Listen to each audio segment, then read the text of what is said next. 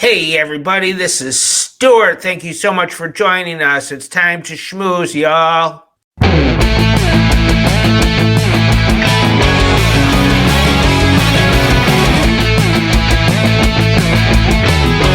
Hey everybody, thanks for joining us. This is the Schmooze with Stuart. Thank you so much. This is the debut episode of my show. I don't know that I'll necessarily have any talent for this, but I do know I was featured on a show called Jewish Matchmaking, and I got an awful lot of attention online and a lot of people. And when I say a lot of people, I don't mean thousands, I mean more like dozens. But a lot of people said there should be a Stuart Chaseman show and that they would watch it. So that's what I'm doing. I'm going to give this a shot. I don't know what this is necessarily going to be all about. I'm kind of flexible. If you have any ideas, I'm thinking I'm going to interview some people. I'm thinking I'm going to talk about life a little bit. And of course, I'm a musician, so I'm going to have some music. So we're going to try to cover all those things. And that brings us here. This is the Schmooze with Stuart.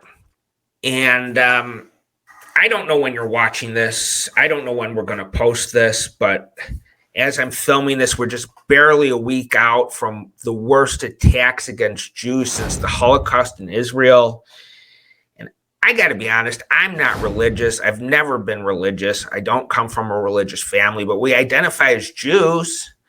You know, I stand behind Jews. I've never even been to Israel.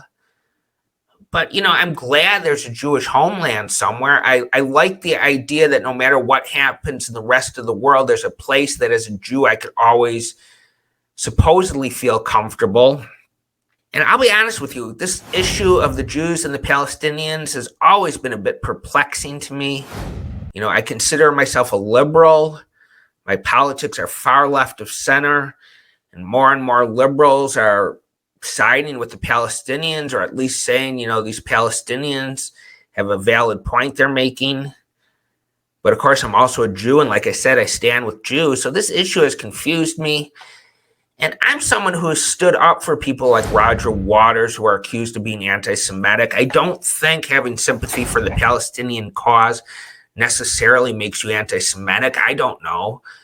I don't think having problems with the Israeli government necessarily makes you anti-Semitic. But maybe I'm wrong. Maybe it does.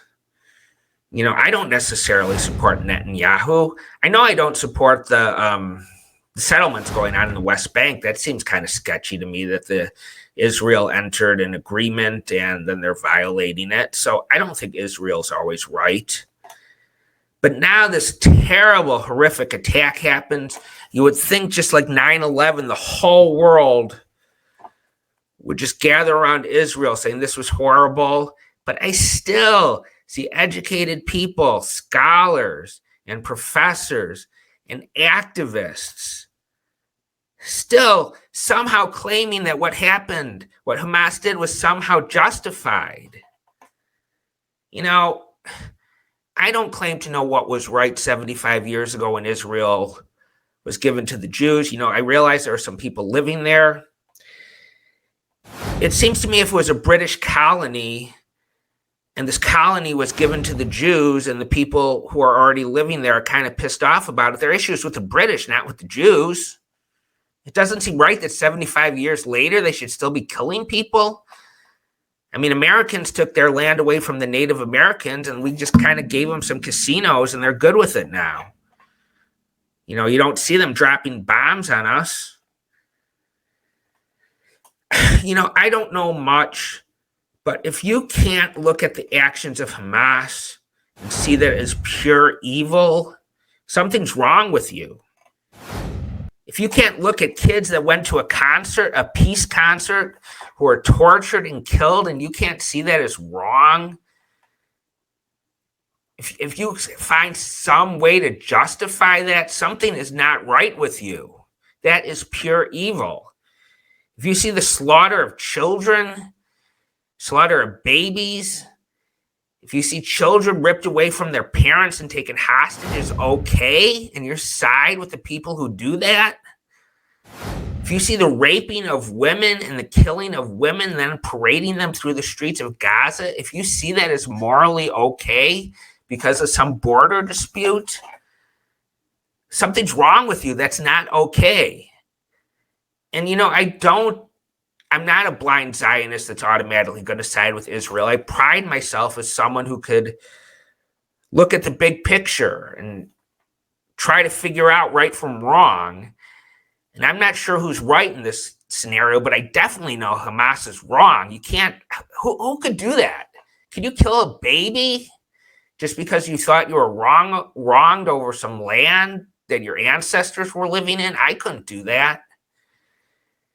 And what's really disturbing is, Israel built this wall up and said, we built it because these people want to kill us. And then they actually broke through the wall and then went ahead and killed thousands. And now people are saying, oh, it's because you built a wall. Well, that doesn't make much sense. I don't know much, but I know evil when I see it. And, Netanyahu, I believe they've cut off water and food to Gaza. And that's not right, because there's people who are living there who are not necessarily siding with Hamas. They're just trying to live their fucking lives. And they shouldn't have food and they shouldn't have water. That's not right either. Anyway, I'm not too sure what to think, but I think things are going to get worse before they get better. And the only thing I would have to say to anyone who is in any degree of power in Israel is the world is watching right now. This is an opportunity to change the narrative. Clearly, Hamas is evil. Israel needs to respond. Israel needs to attack, but you need to respect international laws. You need to respect a basic moral code. And if you think there's any equivalency, there's not. Let me just say this one more thing and then I'll move on. Hamas uses their own people as human shields to try to deter Israel from retaliating. This is a fact. I'm not making this up. This isn't disputed. They do that. And can you imagine for 1 second the reverse of that? Can you imagine the Israeli government using their own people as human shields? Of course not. They would never do that. And if they did, would Hamas be deterred for 1 second to think, oh, we better not retaliate because we're going to accidentally kill a bunch of innocent Jews? Of course they wouldn't do that. There's no moral equivalency here. Anyway, I don't know what to think. I just know that I have been dramatically affected by the events in Israel. And hopefully by the time you're watching this, there's some sort of resolution, but there hasn't been for thousands of years. So I doubt there will be any time in the near future. We have a great show for you today. I have as our first guest, Harmony Krieger, a beautiful young woman, very smart. I was going to say my co-star on Jewish Matchmaking, but we weren't in it together at all. We had our own storylines, but I met her in New York at a casting event, and she agreed to be my first guest. So that's what we did. I interviewed Harmony Krieger, and there has been some potential talk. Maybe it's just me talking to people. Some potential talk about setting the two of us up for season 2 on Jewish Matchmaking. If you think that's a good idea, let me know. Let me know if you think we have any chemistry. I don't know. I know I'd like to be on season 2, and I think Harmony would make a good date. I live in Chicago, and she lives in Los Angeles. But who knows?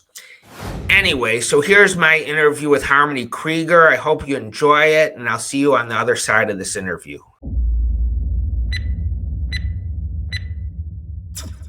So how's life been for you? It's been great. I love that we're going in hot, by the way. It's been... that's the only way I like to go in. I know, me too. It's been wild. I don't know. It's just a wild ride. I definitely enjoyed speaking and being recognized by people. It's just fun, you just don't expect it. I'm more into the unexpected moments when I'm just in a coffee shop and someone's staring at me for 10 minutes and they're like, are you Harmony? You pick up that vibe that they recognize you and you don't say anything, so you don't want to be presumptuous. Exactly. And sometimes they start talking to you and you kind of get the feeling they want a picture and don't want to ask. But then you feel totally presumptuous saying, can I offer you a picture with me? And then you feel like an idiot when they say, oh, no, I'm good on that. Okay. Stuart, do you do that? Are you excuse me, yes, I am. And do you want a photo? No, I say I'm actually Pete Davidson. Do you want a photo with me? I am a little bit surprised given my level of stardom, and I say that meaning relatively low on the spectrum, that people will be blown away enough that I'm worried if they were to ever meet Tom Hanks, like they would have a heart attack and they'd have to seek medical help if they're getting that excited. I live in LA, so this is the land of that. Okay, Sure. You're in Chicago. It's not as bad, but meaning your stardom is probably up here. Like in LA, I'm probably like so low on the totem pole because, you know, celebrities here, when you see them, you're like, okay, it's like you're seeing like J-Lo and Ben Affleck. Like me, I'm like at a coffee shop and somebody from the Jewish community recognizes me and I'm like, oh my God. You watch the whole show through like after, like whatever, like the next week or month? Well, I was going to ask you, no, I have not watched the whole show. Same. It's not that I'm protesting it. It weirds me out. I was going to ask you if you watched your segments again, because I have not watched my segments again. I don't think I ever will. Yeah. Not that there's anything particularly in there that I'm ashamed of. It's just yours are fantastic, Stuart. You know, I'm so pleased with the reaction I've gotten that I can't complain. After I saw it, I had like a pit in my stomach. I was so unhappy with it. I know. You told me that in New York and you were like, I don't know why though. Well, let me ask you, a lot of my stuff ended up on the cutting room floor. Was that true for you too? But that's just TV. I mean, they're going to film 7 million minutes of television and they're going to use 7. I was going to ask you, well, actually, I don't know if I was going to ask you, but now I am. Yeah, ask me everything. Watching you, the subject of sex and fire below the belt and all those things came up quite a bit. I was wondering, because the one thing we don't have control of is the edit. I think sex is important to everybody. Well, maybe not everybody, but was that accurate? Is that? Oh, yeah. Oh, it was beyond accurate. I mean, the thing is, obviously, I said a million things before that, right? Because in the interview, as you know, they're asking you all the things that are important to you, what you want in a partnership, what you didn't have in the past, what you're looking for in the future. I mean, it's very intricate, you know, Stuart. It was like a 3-hour interview, that initial interview. Like, I need someone that has a passion for life and not just sits on the couch and watches TV, which, by the way, I've been in those relationships and they don't work. So the point was more about the passion for life. And then, of course, being intimate and having a passion sexually is very important. And as a woman who is in her 40s, it has gone up exponentially, because when you're 30, your hormones are like, okay, I'm figuring it out. But when you're in your 40s, so that's why you got to date women in their 40s, literally your drive, I'll say, but like being in tune with your body, it's like times 100. It's the best thing that could ever happen. So I never really asked for that before. That's why I was so adamant about it, because in past relationships, that wasn't a big thing for me. So now it is. That was the difference. Man, and that's did someone finally do it right and you realized what you were missing and you're like, I need more of this? I think I finally did it right. I think I'm the one that was like, I got to explore more, because I was like a late bloomer in that area, meaning like the exploration. And I was like, all right, maybe this basic stuff is just fine. And I'm like, wait a minute, that is not fine. You need some 50 Shades of Grey in there. I need some 50 Shades of Grey all the time. So there you go, Stuart. No one's heard me say that. So thank you. All right. Well, I'm glad I got that out of you. That was the scoop I was looking for. I think you need a guy in his 50s. Those guys are the guys that really know what they're doing. Yes.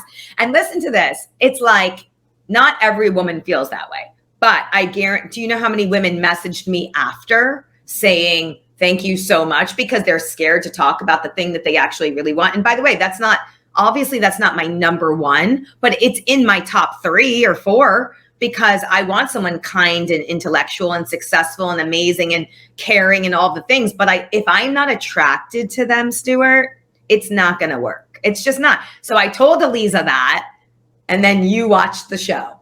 I mean, and it's empowering and honest to admit that anybody who says that isn't a factor for them is just either lying, or they've just like given up and they're just like, oh well, as long as he has a couple strands of hair and he's over 4.5 feet tall, you know, that's good enough for me. Yeah. And by the way, it's funny because I'm not looking for like a model. I actually don't like any of that. I live in LA. It's like I see this every day. I'm the opposite. I just want to be attracted to their being and who they are. But Sure. also you have to feel, when you met your dates, it's like you've got to feel some sort of potential. I have nothing bad to say about Eliza. I've probably got to know her more since the show. I don't know if I'm letting the cat out of the bag, but I don't feel that I really worked with her as a matchmaker. I feel more like we were co-stars on a television show.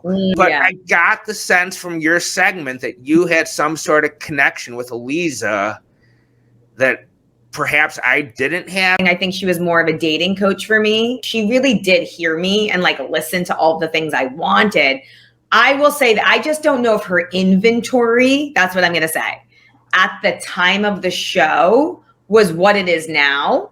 And I don't think that my person was in her inventory. Because I think she told me that her hands were tied a little bit as to who she could set us up with because I mean, listen, they have to get background checks. And off the cuff, I know that one of the people that I was going to be set up with did not pass a background check. So who knows what that means? But that means thank God I didn't go out with him.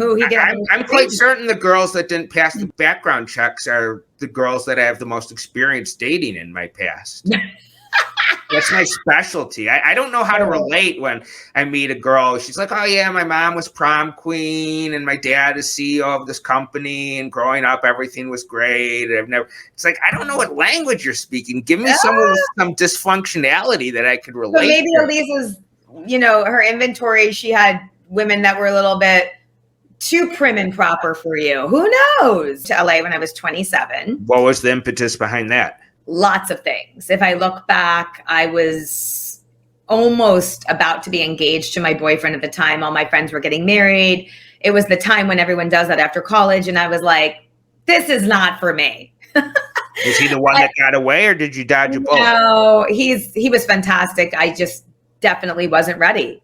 I always knew I would get married later in life. My parents are divorced since I'm 17 years old, but I grew up in a household where I witnessed a lot of fighting since I was a little girl. And I think it really seeped into my relationships as you get older. Not really when you're first or second relationship. It's more, when you have awareness and I'm like, ooh, I don't know if that's what marriage should look like. I just knew I wanted more. As a New York woman, I love New York. My values come from New York. I love the upbringing. However, I knew that the lifestyle my friends were living in their 20s was not what I wanted. I didn't want to get married and live on the Upper East Side with a dog and have a kid.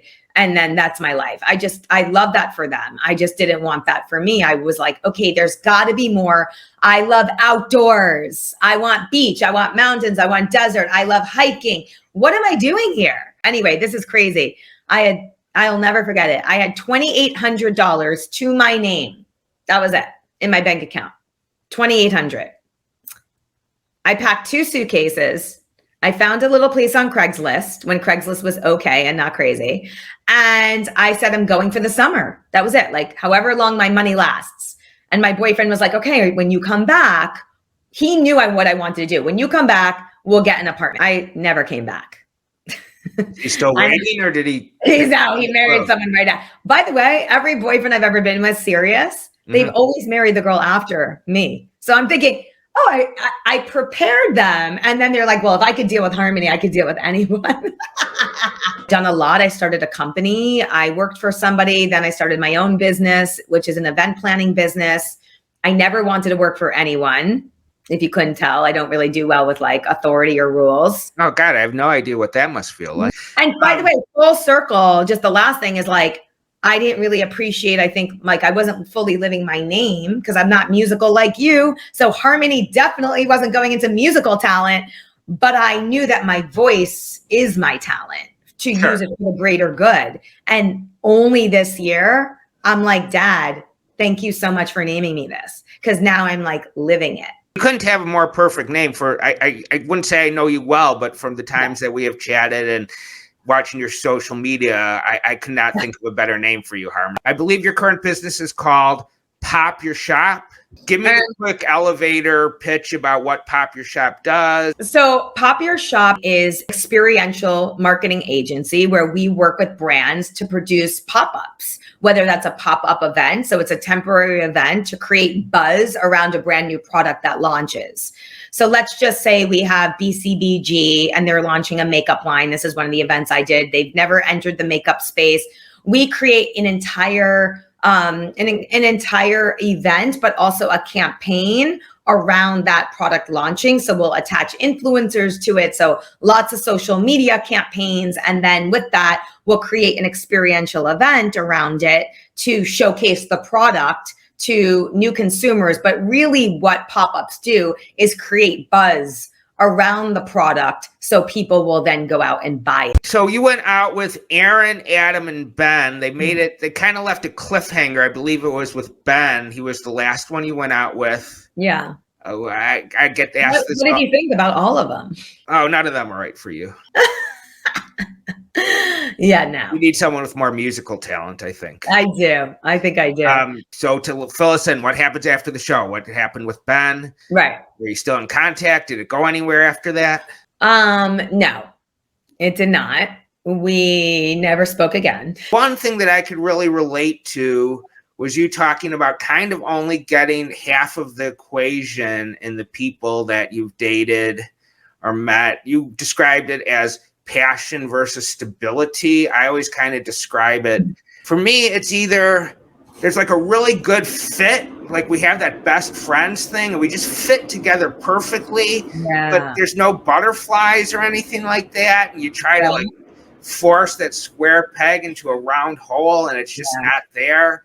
Yeah. And or it's the opposite. There's like tons of chemistry. Oh, yeah. You can't keep your hands off the person, but then outside of that, when you just try to have a deep conversation or like that whole thing is missing. Yeah, there's like no room for like there's no foundation usually with those people. But I really think that you can have both. I know you can because I know some people, but it doesn't mean that the passion is going to be there all the time. But I do think that you can have both when you meet somebody that is your best friend. And that's where I do think the passion can grow, but you have to have an initial attraction. You just have to, because I know when I've been with people I'm very passionate about, yes, like where it's like a little, let's just say 50 shades of grayish. Okay. I've only gotten up to about 48 shades of gray. Someone could show me the last two. That'd be great. I love that. So that I never really had a foundation with that kind of person just because it was kind of based on the other stuff. You know, we can hang out and we like the same things to spend time together, but there was no room to build. That's what I mean. But then the ones that I'm like, okay, this could be my best friend. But I will say sometimes when the butterflies aren't there initially, sometimes we don't give it a chance. But I do know that at this age, the butterflies just might be different. But you have to feel attracted to somebody no matter from like level 5 to level 10. But if it starts off at level 0, it's probably not going to go. I feel that like if they're open, and this isn't everybody, but if they're open, you could really help improve that part of the relationship. And I've done that. I feel that way even with celebrities. Yeah. If a celebrity is just hot and that's it, I'll be attracted to them. But if there's like a celebrity that I really respect her art, or if I really think she's smart, or even when I don't know her, that person seems that much hotter. Yeah. Because there's that extra component. So yeah. I don't know what you're talking about. What celebrity are you talking about, Stuart? There are a few. There was this one girl on Trick My Trucker. Have you ever heard of that show? Oh, I forgot about Trick My Trucker. I love it. Stuart, that was one of my favorite jobs ever. I got to help make over truck drivers. I was like the stylist makeover part. And forgive my ignorance, this is on camera. You're making them over, correct? Yeah. Okay. Yeah. So, I mean, I would take them shopping and then we would get them the shaves. I mean, these are men that like didn't shave for 30 years. Their beard was down to here. They were wearing like, you know, wife beaters and whatever they were wearing. It was so much fun because you watch their wives' faces when they came out. They had to walk the runway. This is another thing I get hit with all the time. So tell us where your dating life is now. Anything hot and heavy going on? Any man in Harmony's life? How's dating been post Jewish matchmaking? And I'll tag on to that. Have you learned anything in particular from Jewish matchmaking that you've taken into your dating life, such as no touching for 5 dates? Oh, Jesus, that is never happening. Can you imagine me? I need to feel it. I need to feel it down here. And she's like, don't touch. I'm like, I'm not in a relationship, but I'm dating. Multiple people. Multiple people. Like I don't love dating multiple people. I'm going to be honest. I really do like to date one person at a time. As much as it sounds like it's fun, it's not. And I really want to find somebody. And so I really want to invest my time into one person. So I am dating somebody now that I enjoy. We'll see what happens, but I don't know. I just leave it up to the universe. And that's kind of where I'm at. I trust fate's judgment more than my own. I think I use my own judgment too much. And at this point, I'm just kind of throwing my arms up and just like, higher power, you show me who's the perfect match for me and I'll be there. I got to put on my glasses for the lightning round because, of course, I'm the old guy from the show. Reality TV, real or fake or somewhere in between? Somewhere in between. Do you want to elaborate on that a little bit? Or I mean, no one can edit who you actually are as a person. Only you can control what you say. So I think they fabricate it a little bit and they create storylines, but you are who you are. So that's the real part. Storylines, the fabricated, somewhere in between. Better city, Los Angeles or New York?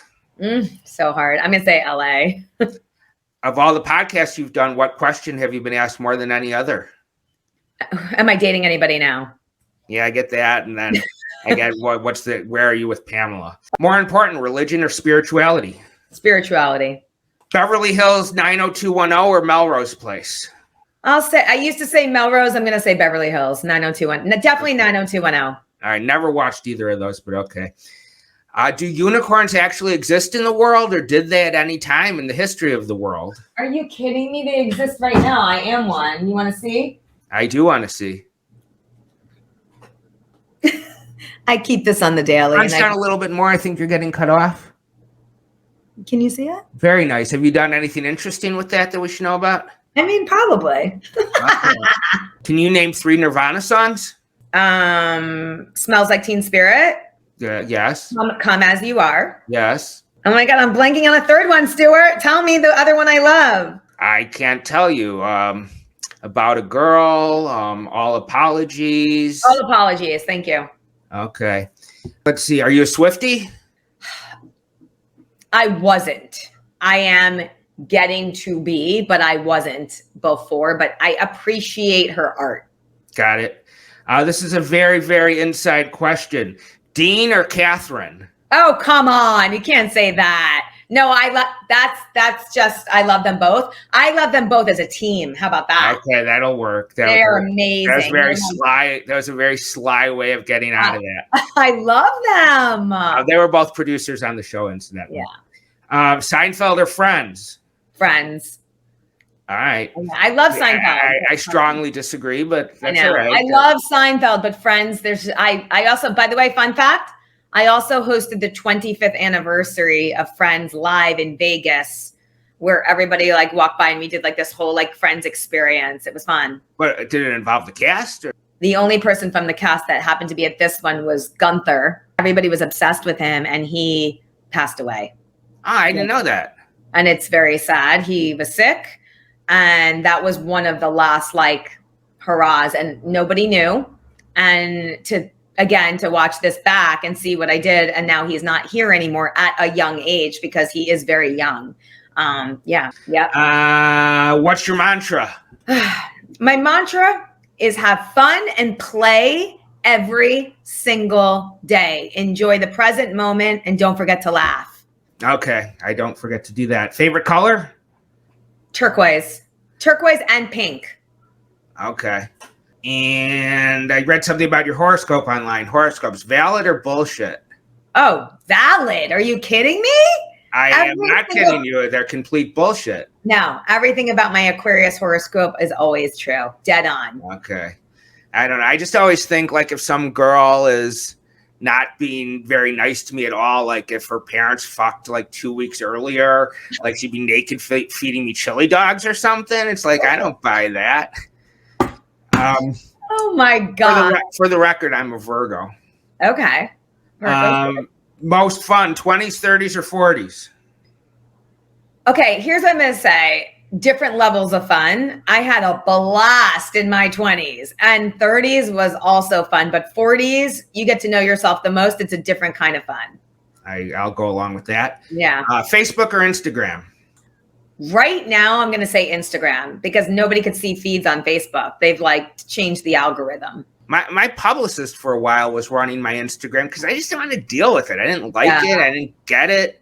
Yeah. And finally, I'm doing my own Instagram because good. I'm more of a Facebook guy. There's just so much more you could do with it. I just don't. Yeah. I mean, it's just that not that many people are on it. They are, but I just find more people are on Instagram. I think that's what it is. Younger guys or older guys? Younger. But older I like too. Okay, good to hear that. I tend to go a little bit younger. And by the way, not too young. I'm talking within like 4 years. Okay. Something that's still on your bucket list? Living in Bali for a year. Okay. Did you read that book? What was it? Eat, Pray, Love? Of course. Hello. I want to live that life. And, she ended up leaving the guy that she ends up with in the book. And, I know. And they were together for so long in real life. Now she went to the other gender. I know. It's crazy. But it's not crazy. I mean, it's a self-discovery. I mean, that's what it is. But I'd like to live there and just experience everything I can. I just have a friend that got back. She did it a year. Because Eliza said I can't bring my baby there. And that's total BS. Because everybody I know that goes to Bali that have like really young children, there's so many young kids there because they want their kids to experience. Like, that's ridiculous. But she's got 5 kids. It's different. She was like, take it from the mother of 5. I'm like, well, I'm having 1. And my mom, that was one of the things. Like, my mom took me everywhere. And that's something like if I ever said I have a child or adopted, I want my child to experience like everything. And this is probably the most important question I'm going to ask you the whole interview. Can't wait. I have been compared to 2 of these. This is a question about me, which are my favorite questions. Okay. Stuart Chaseman, is he more of the Jewish Brad Pitt or is he more of the fully Jewish Pete Davidson? I don't have evidence for the Pete Davidson part because all I think about is his penis. But am I allowed to say that? I'm good with it. What about somewhere in the middle? Because I'll take it. I'm not really sold on either of them. I used to love Brad Pitt, but like Pete's coming up in the funny department. You're very funny. So let's go. Stuart, you're your own person. You're somewhere in the middle. I'll take it. Very good answer. Passion or stability? Oh, God. You can't choose one. Can you lean towards one a little bit more? Okay, you know what? I'm going to say stability just because everyone wants to start. You're going to say passion. I'm the passionate one, and I feel like I could bring it out in fucking anybody. Interesting. Before we wrap this up, I want to thank you for doing this. Thank you so much. I'm so excited for this new show. And also, I adore you. You are just a ball of energy. You're your own being. I'm so excited to see who you're going to wind up with. I really am. Shucks. She's going to be so lucky, and just keep being who you are. That is and I know you already know that because that's who you are, but people think they have to change to become something else, so they attract somebody else. Just be who you are. You're fantastic. I adore you. Anyway, adore you. Okay. All right. Thank you, dear. Thank you for doing this. Let's keep in touch. Have a good weekend. Have a good weekend, love. Okay. Bye-bye. Bye.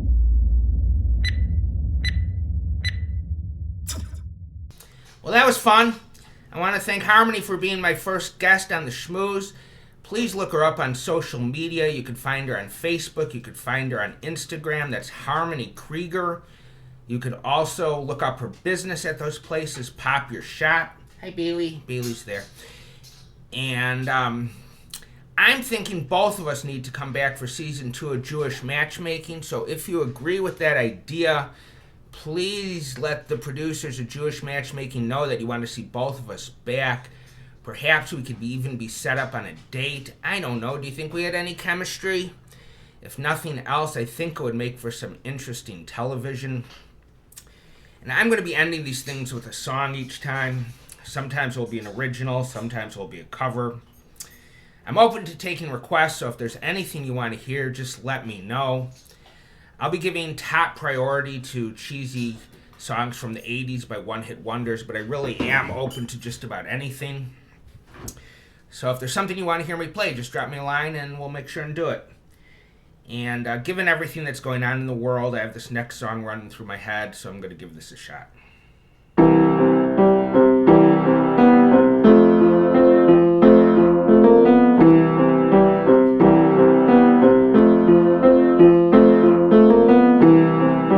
Imagine there's no heaven.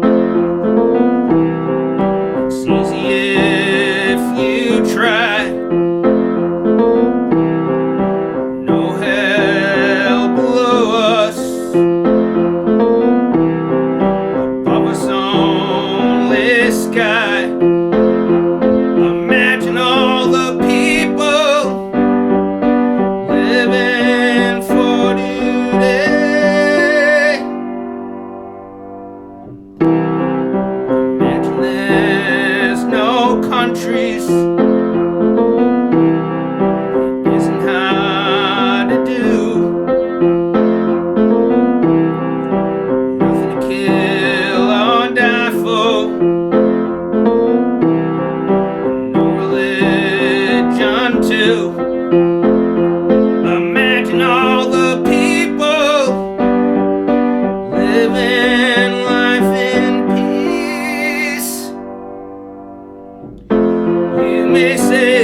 I'm a dreamer, but I'm not the only one. Maybe someday you'll join us, and the world will live as one.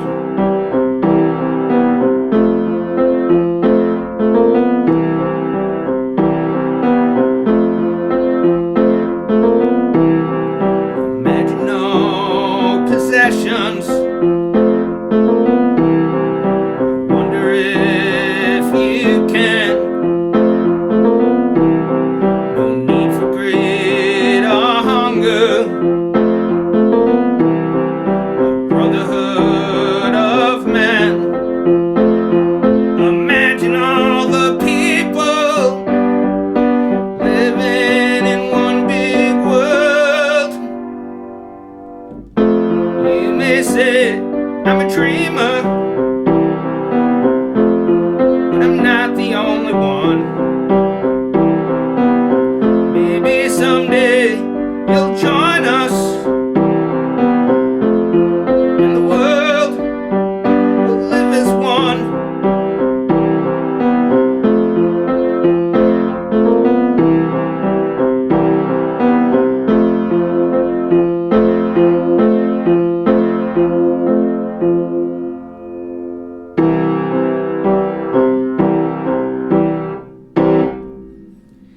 Thank you, everybody. I want to get my puppies on camera really quick. They were a big part of Stuart's Super Sunday Sepia Tone Serenade, if you used to watch that. They're going to be a really, really big part of this new show, the Schmooze. I know they didn't play a big role on today's episode, but they definitely wanted to say hi.